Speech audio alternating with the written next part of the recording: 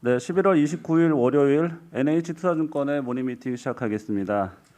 지난 주말 뉴욕 증시는 하락했습니다. 다우지수 2.5% 내렸고 S&P 500은 2.3%, 나스닥도 2.2% 떨어졌습니다. 코로나19 새 변이 바이러스가 주식시장 공포 분위기로 몰아넣었습니다. 전 섹터가 하락했는데 에너지가 4% 떨어졌고 금융 3%, 산업재와 부동산, 테크놀로지도 3% 가까이 떨어졌습니다. 관련해서는 이따가 주식시장 전망하고 그 바이러스 얘기 좀 들어볼 거고요. 하락장 속에서도 모더나와 바이오엔테크의 주가는 20.6%, 14.2% 급등을 했고 화이자 주가도 6% 올랐습니다. 이 밖에 줌비디오하고 펠로톤 주가도 6%가량 올랐습니다. 반면에 크루즈 선사들 주가는 10% 넘게 떨어졌고 유나이티드 에어라인 주가도 10% 떨어졌습니다. 유럽 증시도 독일이 4%, 영국이 3.6% 하락을 했습니다. 유가도 급락을 했습니다. WTI가 13% 급락해서 배럴당 68.2달러로 떨어졌고요. 커머더티 가격도 동반 하락했는데 구리 가격은 3.6%, 알루미늄은 4.6% 떨어졌습니다. 미국채 10년물 금리는 1.482%로 내렸습니다. 11월 8일 이후 가장 낮아졌고요. 달러 인덱스는 0.8% 떨어져서 96.1이고 52주 최고치는 96.9입니다. 원달러 환율은 3.1원 오른 1193.3원인데 달러 대비 원화 가치는 지난 10월 13일 이후에 가장 낮아졌습니다. 비트코인 가격은 56,400달러 선에서 거래되고 있습니다. 글로벌 ETF 12월호 발표하겠습니다. 하재석, 김재현 연구원입니다. 네. 월간 ETF 자료와 펀드 리서치 자료고요. 펀드가 시장에서 보면은 참 침체가 됐는데요. 이쪽은 여전히 잘 되고 있습니다. 국내 시장으로 보더라도 제2의 전성기를 맞이했다고 평가할 수준이 됐다고 생각을 하고 있습니다. 지금 국내 SRI 펀드 먼저 말씀드리면 순자산이 한 5.1조인데요. 이 정도면은 과거에 2008년 때 기록했던 역사적 고점을 이미 좀 뚫은 상황입니다. 그래서 이 자금 유입이 상당히 가속화되고 있다고 말씀드릴 수가 있겠고요. 주식 쪽에서도 이 액티브나 인덱스 가리지 않고 모두 돈이 지금 유입되고 있어서 이쪽도 지금 계속 긍정적으로 보는 상황입니다. 향후에는 어떤 제도적인 장치의 변화를 통해서 아니면 현재 벌어진 제도적 장치를 활용을 해서 이런 ESG가 늘어날 것을 좀 예상을 좀 하고 있는데요. 앞서 2021년 3월에 유럽 연합에서 지금 ESG에 대한 공시 제도를 좀 바꾼 바가 있었습니다. 그래서 ESG 펀드가 이 순자산 기준으로 무려 이제 80%가 늘어나는 효과를 좀 가져왔는데요. 국내에도 2025년부터 자산 2조 원 이상의 유가 증권 시장 상장사들에 대해서 ESG 공시 의무가 이제 합법화됐기 때문에 이러한 것들이라든지 그리고 최근에는 액티브 ETF라고 해서 이 매니저의 재량을 상당 부분 인정한 이런 액티브 ETF를 활용한 ESG 펀드가 ETF가 많이 지금 늘어나고 있는 상황입니다. 그래서 이런 두 개를 생각해 봤을 때는 ESG가 더 활용될 수 있는 가능성은 점차 커지고 있다라고 생각을 해볼 수가 있을 것 같고요. 다만 이제 ESG를 투자할 때는 생각을 해봐야 될 점은 어떤 스타일에 대한 노출도가 상당히 있을 수가 있다는 겁니다. 예를 들어서 미국에서 ESG 투자를 하게 된다면 약간은 성장주 그리고 대형주 이쪽에 좀 특화돼서 투자를 할 수밖에 없는 상황인데요. 국내도 이런 걸 분석을 해보면 좀 그런 스타일의 노출도가 좀 편중이 되는 것 같습니다. 예를 들어서 액티브 펀드 같은 경우에는 이제 중소형주, 성장주 이런 이제 이 종목들의 비중이 좀 높은 편이고요. 국내 ESG ETF 같은 경우에는 가치주랑 배당주의 성격이 좀 높습니다. 그래서 투자를 하시는 입장에서는 이러한 것들을 잘 고려를 하셔서 좀 투자를 해야 될 것 같고요. 저희 그 연간 전망에도 말씀드렸지만 장기적으로는 이 경기 민감 가치주의 긍정적인 시각을 가지고 있기 때문에 ESG 액티브 펀드보다는 ESG ETF가 스타일 측면에서는 좋을 수 있을 거라는 생각을 가지고 있습니다. 그래서 타이거 MSCI 코리아 ESG 리더스라든지 아니면 최근에 이제 상장된 아리랑 ESG 가치주 액티브 이런 펀드가 좋지 않을까라는 말씀을 좀 드리도록 하겠습니다. 네, 이어서 ETF 쪽 말씀을 드리면 ESG ETF가 지금 계속 잘 되고 있습니다. 펀드처럼 잘 되고 있는데 특히나 이제 미국 시장이 패시브 중심이기 때문에 미국 중심으로 ESG ETF 순자산 총액이 큰 폭으로 증가를 하고 있고요. 사실 이제 과거에 보면은 이 ESG의 어떤 성과 측면에서든 의구심이 좀 있었던 게 사실이고 저 역시 일종의 뭐 지수 사업자라든지 ETF 운용사들의 마케팅적인 요소가 좀 있었다 이렇게 판단은 하고 있는데요. 지난해 이어서 올해도 성과 자체는 상당히 양호했습니다.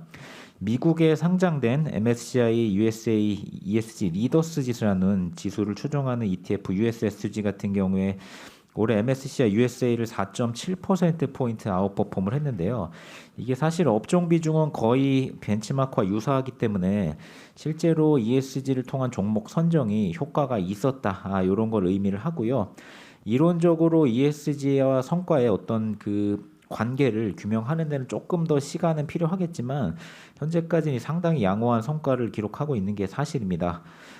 그리고 앞서서 국내랑 마찬가지로 미국 역시 저희가 에너지라든지 산업재 업종 같은 이런 경기 민감 업종에 대해서 내년 상반기까지 긍정적인 비율 유지를 하고 있기 때문에 미국 대형 가치주 ESG ETF인 NULB 이런 것들이 현재는 수익이 좋을 거로 보고 있습니다.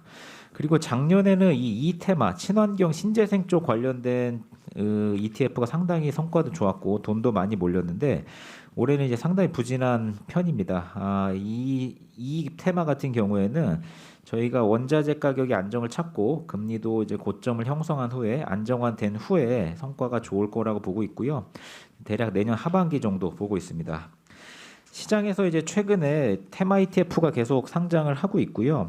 특히나 지난달에 상장된 국내 메타버스 테마 ETF 4종은 순자산 총액이 1조를 돌파하는 정말 엄청나게 빠르게 돈이 몰려들고 있습니다. 앞으로도 이제 이런 추세는 유지가 될 거라고 보고 있고요. 앞서 이제 주식 전략에서 말씀드린 것처럼 사실 이제 이번 이 변이 바이러스 계기로 일부 과도한 밸류를 받고 있는 종목들이 조정이 나올 수 있기 때문에 이런 테마에 대해서 사실 단기적으로는 조금 조심해야 될 필요는 있겠다 이렇게 보고 있습니다. 이상입니다. 네, 국내 ETF 포트폴리오 리스트에 보면은 아리랑 ESG 가치주 액티브를 추천해 주셨는데 최근 1개월 수익률 말고 좀 더 길게 수익률을 좀 말씀해 줄 수 있는지 하고 좀 특징이 어떤 게 있는지 말씀 부탁드릴까요? 이 ETF가 올해 7월 달에 이제 상장된 ETF, 7월 말에 상장된 ETF라서요. 좀 수익률은 일단 길진 않습니다. 그래서 1개월 정도 수익률을 일단 놓는 상황이고요. 단순 그 개요나 어떤 선정 기준을 보게 되면은 이 운용사에서 직접 담당하고 있는 ESG 데이터를 활용해서 ESG 스코어를 매기고 있고 그 이외에 가치나 성장 이런 팩터 관점으로 최적화시키는 전략을 좀 활용을 하고 있거든요. 그래서 다른 ESG 펀드 대비해서는 좀 가치주가 더 있다라고 이제 보시면 될 것 같습니다. 네, 뭐 2주 동안의 주식시장에는 불확실성이 생긴 것 같은데 관련해서 미국 급락 코멘트 이어서 듣겠습니다. 조현주 연구원입니다.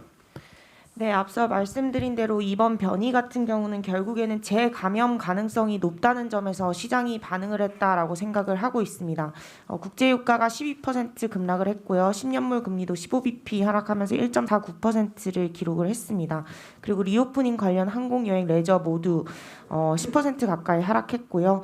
오히려 코로나19 수혜주인 줌이나 펠로톤 같은 경우는 5% 이상 급등하면서 기존의 시장과 완전히 바뀌는 모습을 하루 만에 보여주었습니다. 일단 저희가 생각했을 때는 이 코로나 변이는 2주간의 시간이 필요하기 때문에 그동안은 시장의 변동성은 좀 확대될 수 있다라고 판단을 하고 있습니다. 다만 2주가 나오기 이전에 국가는 선제적으로 이를 조치할 가능성도 존재하고 있습니다. 일단 미국 같은 경우는 오늘부터 남아공을 포함한 7개 아프리카 인접 국가에 대한 입출국 금지 명령을 했고요. 유럽, 영국, 홍콩, 싱가포르 같은 오미크론이 발견된 아시아 국가와 유럽 국가들도 모두 입출국 금지 조치를 취했습니다. 만약에 이런 거리두기 강화나 입출국 금지가 좀 더 강하게 2주 이전에 시행될 경우에는 기존에 저희가 예상했던 경기 회복세는 좀 지연될 수 있다라고 판단을 하고 있습니다. 다만 경기 정상화에 따른 시장의 악재로 작용했던 뭐 조기 테이퍼링 종료라든가 아니면 조기 금리 인상 우려는 좀 완화될 수 있다라고 판단하고 있습니다. 결국에는 2주간 이 오미크론 관련 보도에 따른 주식시장 변동성 확대는 좀 예상되고 있습니다. 이상입니다. 네, 뭐 출입국 통제라든가 봉쇄, 공급망, 뭐 소비 둔화 이런 것들이 좀 떠오르는 단어들인데, 네, 관련해서 국내외 주식시장 투자 전망 같이 또 말씀 부탁드립니다. 결국에는 두 가지인 것 같아요. 코로나가 처음 발발했던 작년 3월이나 혹은 델타와 같은다라고 보면 그러면은 많이 빠졌다가 올라서면 되는 거고요. 델타와 같다면은 그거보다 조금 빠졌다가 올라오는 거죠. 하지만 뭐 극단적으로 얘기를 하면 이게 결국에는 네버엔딩 스토리 아니냐, 밑빠진 독에 물 붓기다라고 생각이 든다라고 보면 물가만 올라가고 수요는 떨어지고 부채만 올라가는 이런 상황들이기 때문에 그게 극단적으로 생각하면 뭐 앞이 안 보이는 이러한 상황들입니다. 결국에는 2주간 앞서서 말씀 주셨던 것처럼 여러 가지 얘기들이 나오면서 시장은 그 뉴스들에 이제 반응을 할 것 같은데 시사율하고 전파율의 역의 상관관계가 또 저희가 그동안 봤던 것처럼 나타날 거냐 아니면 뭐 전파율도 높은데 치사율도 높을 거냐 이거를 이제 저희가 아직은 모르는 상황이기 때문에 이런 것 같습니다. 정치적으로 보면 뭐 여행 금지나 아니면 뭐 입국 금지 같은 경우는 빠르게 시간을 2주간 벌려고 하겠지만 기존에 우리가 봤던 락다운하고 생산 금지하고 이런 생산을 못하고 이런 것들은 지금 지지율이 낮아져 있기 때문에 그런 부분들은 쉽지는 않은 것 같아요.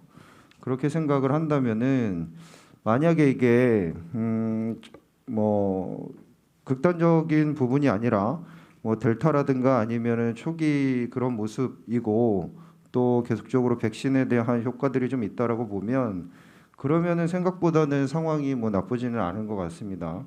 예상된 통화정책 정상화는 지연이 되는 가운데 예정돼 있던 부채 한도라든가 아니면은 뭐 재정이라든가 이런 것들을 통과시키기는 오히려 더 명분이 더 쓰는 이런 상황들이거든요. 그래서 2주간 정도는 불확실성이 좀 심해지겠지만 그 이후에 나오는 이런 뭐 빅파마 데이터들이라든가 아니면 뭐 정말로 백신을 맞은 다음에 좀 기간이 지나서 이게 돌파라든가 이런 것들이 확인된 다음에 상황이 좀 전파율만 높다라고 보면 그러면은 그 동안에 성장주가 좀 올라갔다가 오히려 더 빠져 있는 경기 민감주를 살 수 있는 기회도 되지 않을까라는 것들은 저희의 뭐 기본적인 시나리오인 것 같고요. 만약에 이게 뭐 그렇지 않고 상당히 앞으로도 뭐 문제가 뭐 이게 어쩔 수 없다라고 보면 그러면 이제 뭐 하이퍼 얘기들이나 이런 것들이 나올 것 같습니다. 지수로 보셨을 때 내년도 저희가 2,800에서 3,400 전망하셨는데 지금 이런 상황이면은 올해도 내년도 하방을 보고 갈 것 같은데 지금 단기 전망은 어떻게 보세요? 앞서 말씀드린 대로 저희가 뭐 작년 3월이라 델타와 유사한 상황이다라고 보면 그러면은 한 2,800선을 저희가 제시한 그 하단 정도를 기반으로 보고 그것 때문에 뭐 떨어졌다라고 하면 그러면 뭐 사시면 될 것 같고요. 비중을 늘리는 기회로 잡으시면 될 것 같고 뭐 그게 아니라면은 그 다음에 다시 또 말씀드려야 될 것 같아요. 시장 측면에서 보면은 이제 밸류에이션이 말 그대로 좀 높아지는 상황이고 그다음에 그 통화 정책 또한 좀 어쨌든 간에 좀 긴축으로 가는 국면에서 이런 게 벌어진 거잖아요. 그러면 결국은 좀 통화 정책 측면에서도 좀 변화가 있을 가능성도 좀 있는 상황이고 뭐 오히려 좀 그 부분이 좀 늦춰진다고 하면은 다행일 수도 있지만 실제로 좀 밸류에이션 측면에서 봤을 때 떨어지는 가속도를 더 붙일 수 있는 변수가 되는 거잖아요. 그러니까 이런다면 좀 적극적으로 좀 비중을 줄여야 된다는 고민도 할 법도 한데 그 부분에 대해서는 생각 없으신가요? 왜 적극적으로 비중을 줄여야 되는지는 잘 모르겠는데 왜냐하면 그 조금 약간은 버블기가 있을 만할 때 빠질 것 같다라고 생각했을 때 이런 이제 악재가 터진 거잖아요. 지금 그 말씀이신 것 같고 그러면은 당연히 뭐 그런 부분들을 이제 걷어내는 이런 작업들이 있겠죠. 그러면서 그동안 급등했던 밸류에이션이 안 됐던 그런 종목들도 같이 이제 좀 빠질 거고 경기에 대한 우려가 사실은 가장 크기 때문에 좀 싸 보인다라고 생각했던 경기 민감주들도 또 같이 또 빠질 겁니다. 그러면 그때 가면은 더 싸 보이는 종목들에 대해서는 오히려 이게 완전히 뭐 끝으로 간다라고 그렇지가 않다면 그러면 우리가 뭐 그 충분히 대응이 가능하다. 뭐 예를 들어 뭐 백신이나 치료제로 이제 뭐 모더나가 얘기한 것처럼 대응이 가능하다라고 하면 그러면 그때 가서는 비중을 늘릴 만한 이런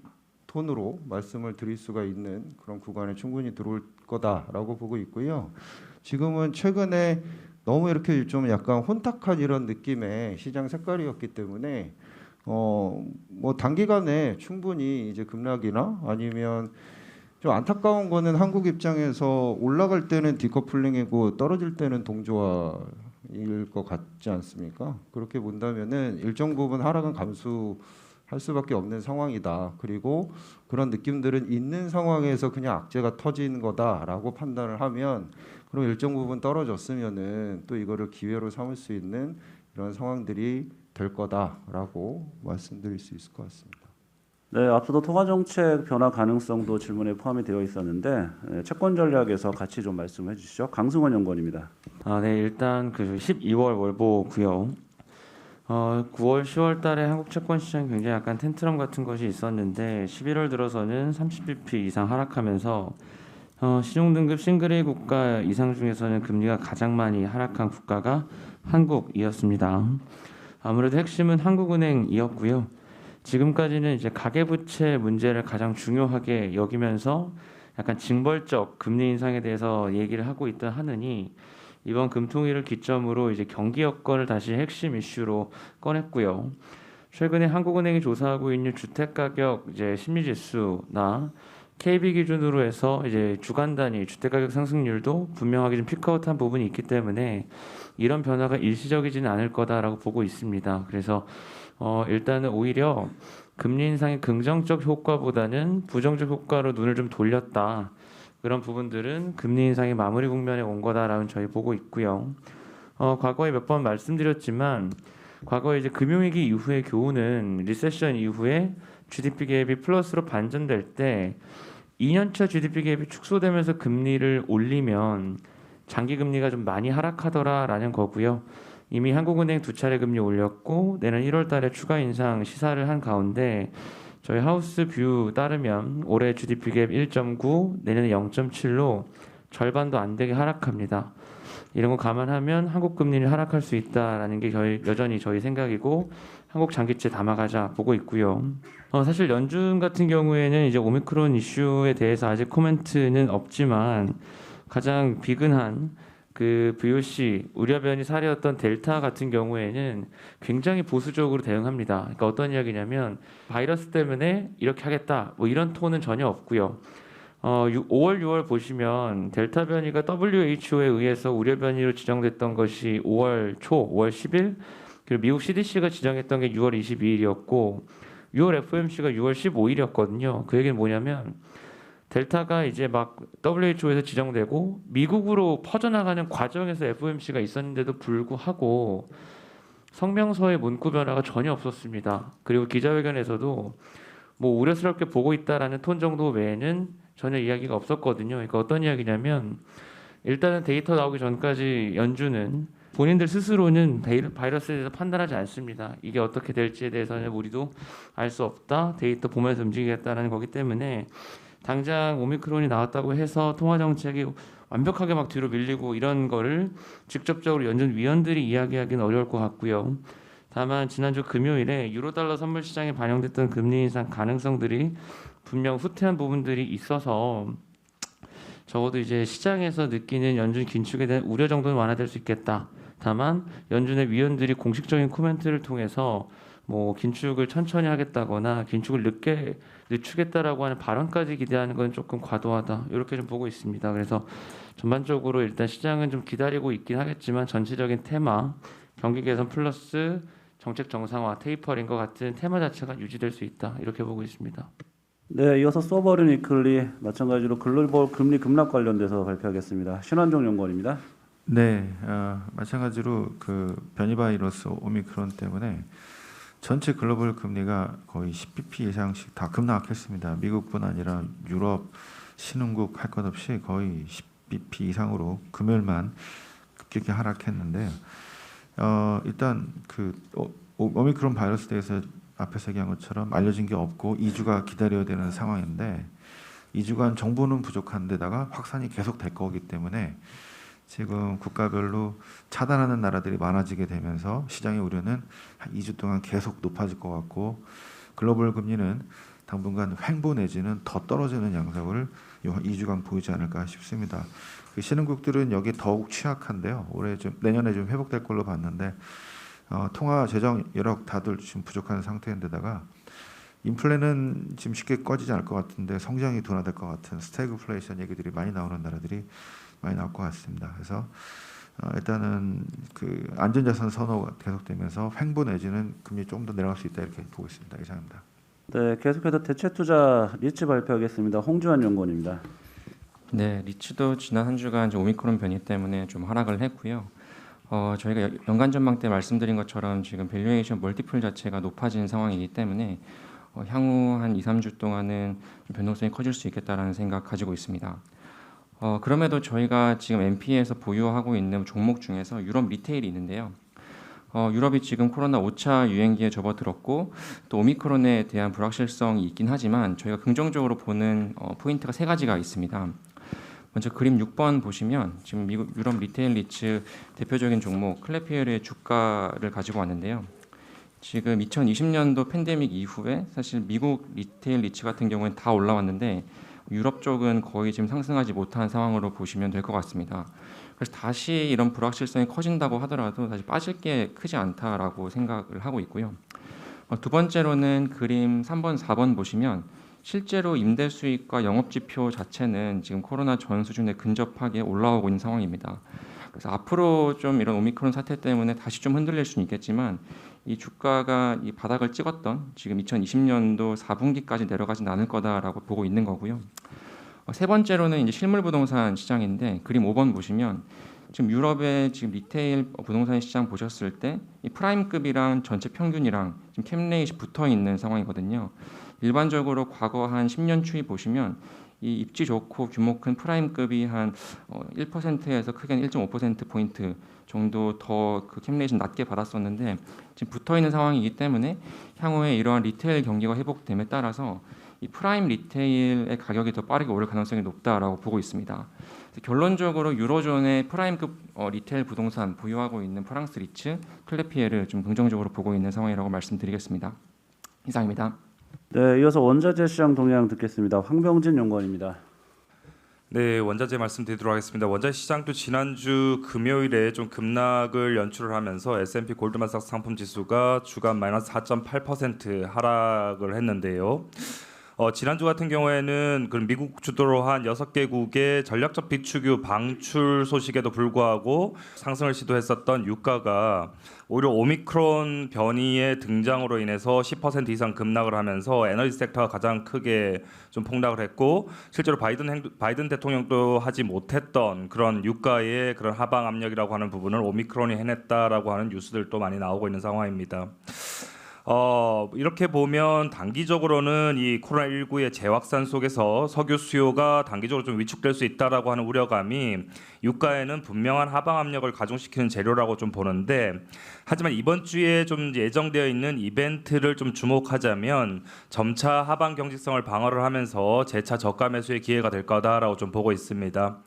지난주 미국을 중심으로 한 6개국이 전략적 비축유 방출을 발표를 하면서 사우디아라비아라든가 아니면 러시아의 경우에는 맞불 정책을 쓰겠다라고 했었는데 이런 부분들이 실제적으로 좀 갈등으로 갈 수 있었던 양상이었었는데 오히려 오미크론 변이 바이러스가 등장하면서 오펙 플러스가 이번 주 목요일에 예정되어 있는 그런 제23차 회의에서 기존에 매월 하루 평균 40만 배럴씩 증산해 나가기로 했던 그 계획 자체를 한시적으로 재고하더라도 이 갈등 자체가 커지지는 않는 그런 빌미가 될 거다라고 좀 생각을 합니다. 그렇게 보면 이번 주 목요일 오펙 플러스 회의에서는 1월 달에 40만 배럴 증산하는 부분에 대해서는 일부 재고할 수 있다라고 하는 가능성이 높다라고 좀 말씀드리고요. 이런 부분들이 유가의 하방 경직성을 점차 방어해 나간다라고 보면 뭐 향후 2주 동안 역학조사 당연히 중요하긴 하겠지만 뭐 백신에 대한 효과라든가 재차 이런 기대감들이 나타나게 되면 유가라고 하는 부분에 대해서는 오히려 석유 수요에 대한 정상화에 따른 그런 타이트한 유가 수급 속에서 저가 매수가 들어오게 될 거다라고 봅니다. 그런 측면에서 3개월 에너지 섹터에 대한 그런 투자 의견은 여전히 비중 확대 의견 말씀드리고요. 단기적으로는 좀 변동성이 있긴 하겠지만 저가 매수 기회로 활용하자라고 하는 부분으로 말씀드리도록 하겠습니다. 이상입니다. 바이오 산업에서 오미크론 변이 관련해서 발표하겠습니다. 박병국 연구원입니다. 안녕하세요. 박병국입니다. 바이오 산업 말씀드리도록 하겠습니다. 일단 오미크론 변이가 WHO로부터 우려 변이가 지정이 됐고요. 이 변이 같은 경우에는 WHO가 두 가지로 지정을 합니다. 우려 변이가 있고 관심 변이가 있는데요. 우려 변이 같은 경우에는 이제 뭐 감염력이라든지 치명률이 높을 경우에 이제 지정이 되는 상황인데 어쨌든 우려 변이로 5번째로 지정이 됐다라고 보시면 될 것 같습니다. 근데 결론적으로는 지금 뭐 제대로 알 수 있는 게 없어요. 그래서 뭐 첫 번째 문단에 있는 그 2주 내 남아공 연구팀에서 분석한 뒤 공개될 예정이라는 말이 있는데 결국 이 2주 동안 좀 기다려야 될 것 같습니다. 그리고 중요한 포인트가 이게 이제 전파력이 매우 높다라고 하는데 엔데믹으로 가는 과정인지 아니면은 백신으로 대응이 어려운 다른 양상의 대유행으로 가는지 이 두 가지가 중요할 것 같은데요. 일단 2주 내에 나올 수 있는 그 남아공 무어팀의 데이터가 중요할 것 같고요. 그리고 이제 지금 미국도 뚫렸다라고 하는데 이 오미크론 변이로 인해서 나타나는 중증이나 사망률이 매우 중요할 것이다라고 보고 있습니다. 그래서 아직 결론 내기는 어렵지만 이런 부분들을 이제 잘 지켜봐야 된다라고 보시면 되고요. 근데 시장이 이렇게 우려를 하는 이유가 있습니다. 그 첫 번째 문단의 세 번째 줄 보시면 일단 30개 이상의 단백질 변화가 일어났고요. 그래서 기존에 나타났던 변이보다는 훨씬 더 많은 변이가 일어난 상황이고, 그리고 중요한 거는 면역 회피와 관련된 알파와 델타 변이의 상당 부분을 포함하고 있다라는 점입니다. 그래서 이게 백신 약화로도 이어지는 게 아니냐라고 보고 있고요. 마지막으로 이 백신과 관련된 중화항체 외에도 T세포 면역 회피 가능성이 지금 포착된 상황이거든요. 그래서 이 세 가지 때문에 지금 전 세계 시장이 좀 우려를 많이 하고 있는 상황이라고 보시면 될 것 같습니다. 두 번째 문단에서 그렇다고 해서 기존 백신의 효과가 아예 없는 것은 불가능합니다. 코로나 바이러스가 아닌 다른 바이러스가 아니기 때문에 기존 백신의 효과는 있을 겁니다. 근데 어느 정도로 회피해야 하는지가 관건이다라고 보시면 될 것 같아요. 그래서 모더나, 파이자, 뭐 바이오엔텍, 노바백스 이런 백신사들이 지금 변이 백신 개발에 대해서 언급을 했고요. 모더나가 지금 가장 구체적인 전략을 공개했습니다. 그래서 당장 내년 상반기에 변이 백신이 출시가 될 수 있을 것이다라고까지 얘기를 한 상황입니다. 그래서 뒤쪽 본문을 좀 참고하시면 좋을 것 같고요. 그리고 두 번째 주제에서 경구용 코로나19 치료제 뉴스도 있었습니다. 그 MSD의 몰루피라비르 경구용 치료제 같은 경우에는 예전에 중간 결과가 50%가 나왔었는데요. 이번에 최종 결과가 30%가 공개가 됐습니다. 그래서 생각보다 이제 효과가 좀 많이 떨어지는 상황인데, 제가 봤을 때는 어차피 경구용 치료제는 치료 목적으로 지금 데이터들이 공개되고 있기 때문에 백신의 영향은 제한적입니다. 다만 저희가 내년에 좀 진정한 펀더멘털 충격이 가능하다라고 보고 있는 거는 그 네 번째 줄에 나와 있는데요. 예방 목적으로 지금 임상을 하고 있습니다. 그래서 치료 목적이 아니라 그 예를 들면 확진자랑 같이 밥을 먹었을 경우에 지금은 2주 동안 그냥 뭐 격리만 되는데 거기에 대해서 바로 경구용 치료제를 먹였을 때 얼마나 예방될 수 있는지 그 임상을 올해 8월과 9월에 각각 MSD와 파이자가 시작한 상황입니다. 그래서 이 데이터가 사실 충격이 더 클 수 있다라고 보시면 될 것 같고요. 네, 일단 발표는 이것으로 마치도록 하겠습니다. 반도체 산업 D램 현물 가격 반등 리포트입니다. 도현호 연구원입니다. 반도체 시장이 진행되는 방향을 보면 주가가 제일 먼저 움직이고요. 그리고 한 2, 3개월 정도 있다가 D램 현물가가 움직이고, 그리고 또 한 3개월에서 길게는 한 6개월 정도 후행해서 D램 고정거래 가격이 움직입니다. 주가는 10월 말 정도부터 지금 반등하기 시작했고요. D램 현물가가 최근에 좀 움직였는데, 일단 금요일에 가장 중요한 제품인 16기가비트 DDR4가 상승했습니다. 6개월 만에 처음으로 상승을 했고요.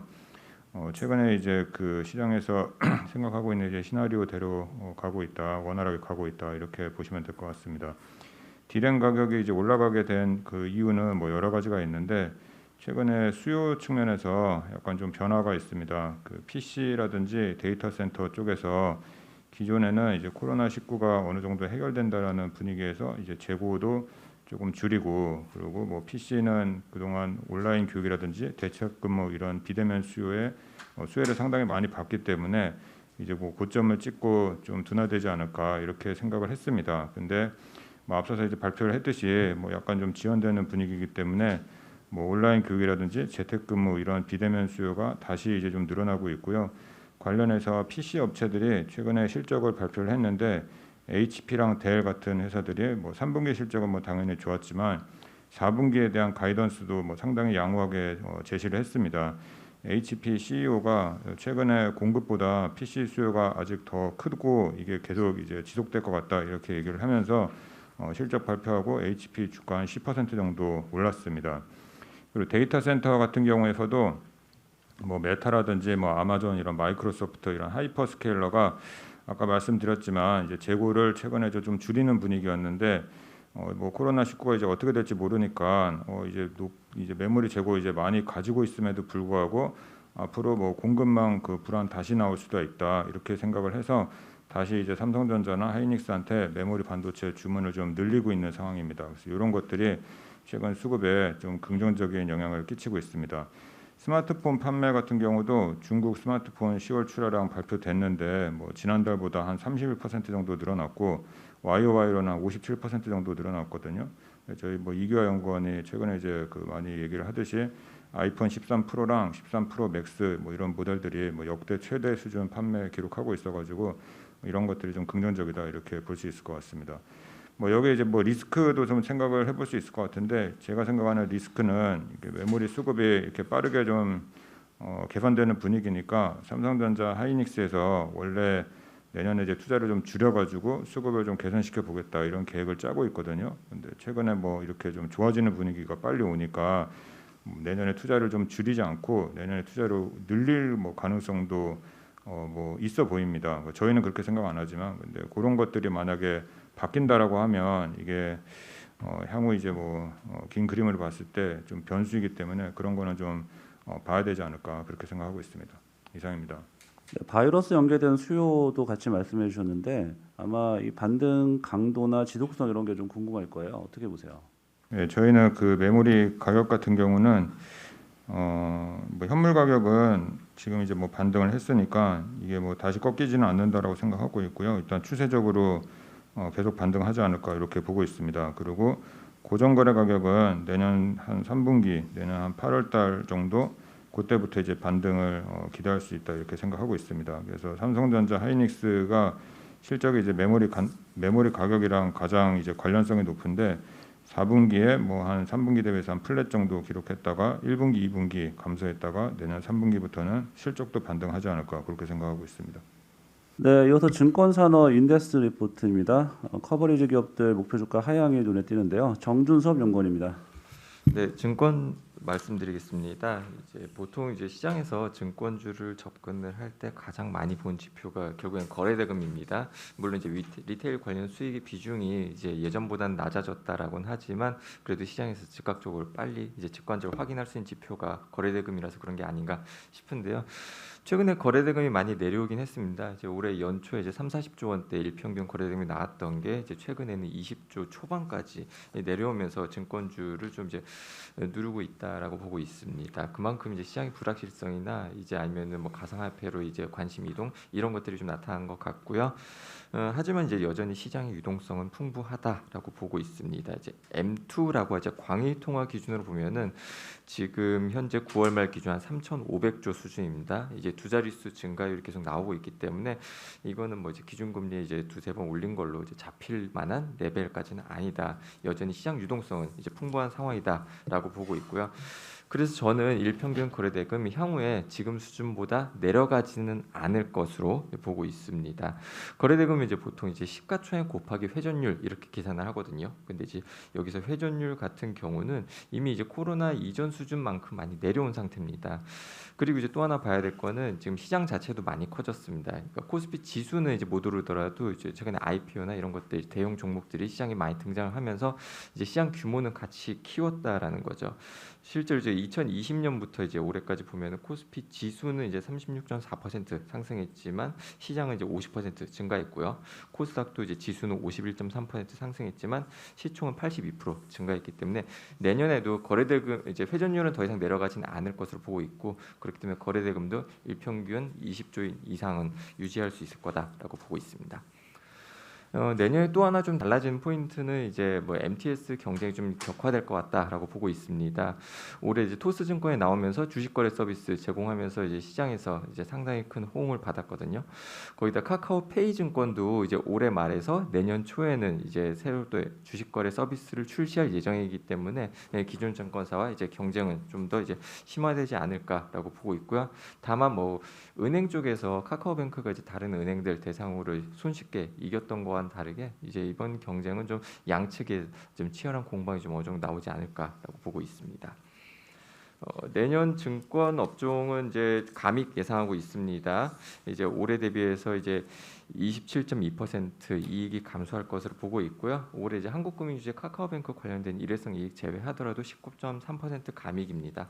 이제 리테일 수수료 감소, 그다음에 트레이딩 수익 부진 이것들이 주된 감익의 이유다라고 보고 있고요. 이익 추정치 조정에 따라서 목표 주가도 이제 전 종목 다 3에서 20% 정도 이제 하향 조정했습니다. 하지만 이제 그래도 이제 증권업종에 관심을 계속 가져야 된다라고 보고 있습니다. 왜냐하면은 지금 이제 이런 이제 악재 요인들이 이미 주가에 선반이 되었다라고도 보고 있고요. 그리고 과거에 보면은 증권사들의 실제 이익이 이제 매년 이제 전망보다 이제 양호한 흐름을 나타냈었습니다. 이제 이것들이 증권사들의 기본적인 이익 체력이 강화된 그런 측면들이 이제 주가에 좀 덜 반영되면서 이제 실제 예상 우려보다는 이제 훨씬 양호한 실적을 매년 내왔다라는 점도 고려를 해야 될 것 같고요. 그리고 이제 뭐 액티브 ETF 이제 규제가 완화되는 거라든가 아니면 NFT라든가 새로운 이제 유형의 금융자산이 이제 잇따라 등장하는 점도 좀 고려할 필요가 있지 않을까라고 보고 있습니다.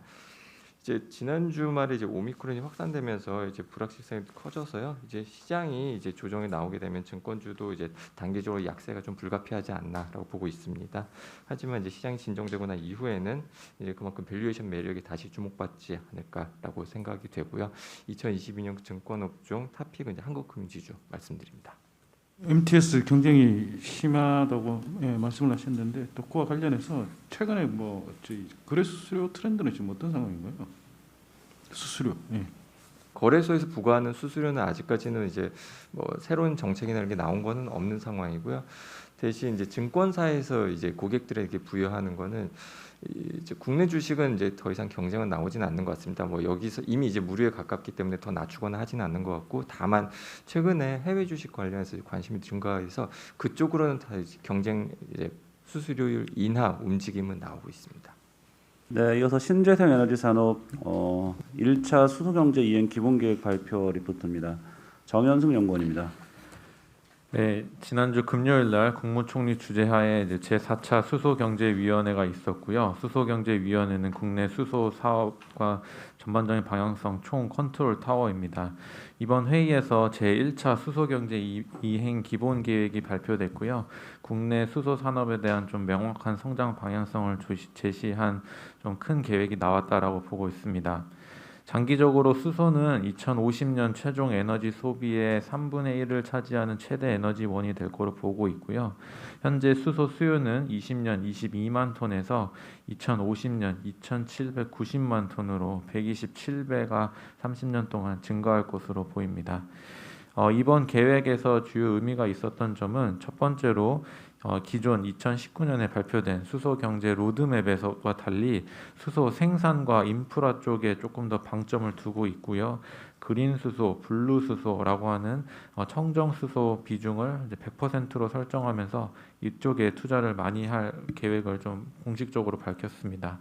두 번째로는 이제 수소 항만과 배관망 등에 대한 이제 유통 인프라 쪽 관련된 정책도 나왔고요. 마지막으로 수소차, 연료전지 외에도 최근에 계속 말씀드렸던 수소, 암모니아 혼전소 발전에 대한 도입, 그리고 이제 산업 내 수요 확대를 위한 여러 가지 정책들이 좀 포함이 됐습니다. 일단 먼저 3페이지 자료를 보시면 3페이지를 보시면 이번에 수소경제 제1차 수소경제 이행 기본 계획을 정리해서 넣어놨고요.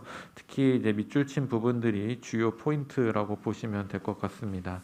궁극적인 목적은 앞으로 수소 사용량을 이렇게 크게 늘릴 거고 이를 위한 생산도 늘려서 규모의 경제를 추진하겠다라는 게 가장 핵심이고요. 이를 위해서 탄소 포집 저장 장치 CCS가 조기 상용화되고 그다음에 해양 자원을 이용하기 위해서 해상 풍력 등이 조기 도입되고 이런 부분들이 될 것으로 보고 있습니다. 다만 이번에 조금 아쉬웠던 점은 연료전지 쪽에서 기다리고 있었던 청정수소 발전 의무화 정책 제도인 CHPS의 구체적인 수치는 포함이 안 됐기 때문에 다음에 수소법 개정안에서 포함이 될 것으로 보고 있어서 이 부분은 조금 아쉬운 부분이라고 보고 있습니다. 6페이지를 보시면 이 관련된 기본 계획에서 확인된 변화를 쭉 정리를 해 놓았는데요. 1차적으로 대규모 블루수소 생산 프로젝트가 시작이 됩니다. 그래서 중부발전과 SKENS가 관련된 사업을 시작할 예정이고요. 두 번째로 CCS 즉 탄소 포집 저장이 국내 동해 가스전을 통해서 조기 상용화될 것으로 보고 있습니다. 세 번째로는 이제 그린 수소도 생산량이 앞으로 300만 톤까지 늘어날 예정이기 때문에 대규모 해상 풍력이 반드시 필요해진 상황이 됐고요. 2023년부터는 대규모 해상 풍력이 국내에서도 시작이 될 거고 동시에 메가와트급 수준의 실증 사업도 시작이 될 예정입니다. 한국전력을 통한 어떤 유틸리티 사업자와 두산중공업, 그다음에 비상장 기업인 엘캠텍 같은 기업들이 사업을 시작할 예정이고요. 수소, 암모니아 연소 터빈이 이제 개발이 필요하고 도입 시점이 예상보다 당겨지는 이제 암모니아 터빈 혼소 프로젝트 같은 경우는 2027년 그리고 소규모 터빈은 기존 2050년에서 2040년으로 조기 당겨지면서 국내에서 두산중공업과 하나종합화학이 하고 있는 이 사업들이 조금 더 속도감 있게 진행되어야 될 것으로 보고 있습니다. 7페이지는 관련된 국내 기업들의 수소 사업과 성장 방향을 좀 적어놨고요. 투자 관점에서 보면 이번에 정책으로 인해서 이제 국내에서는 명확하게 이제 수소 쪽에 좀 힘을 실어주는 상황이고 앞으로 장기적인 성장 가시성은 더욱더 높아졌다라고 보고 있습니다. 다만 중장기적인 관점에서 봤었을 때 국내 시장뿐만 아니라 해외 시장까지 진출을 해야 되는 상황이고요. 조금 더 좀 선제적인 국내 실증 사업이 좀 필요한 상황입니다. 관련돼서 7페이지에 있는 기업들이 국내에서 수소 사업을 주도하는 기업들이라고 보고 있고요. 특히 생산 쪽 파트가 조금 더 집중이 될 예정이기 때문에 유틸리티 기업들, 그다음에 건설사들 쪽에서 또 더욱 더 사업이 크게 확장될 것으로 보고 있습니다. 이상입니다. 네, 이상 모닝 미팅 마치겠습니다.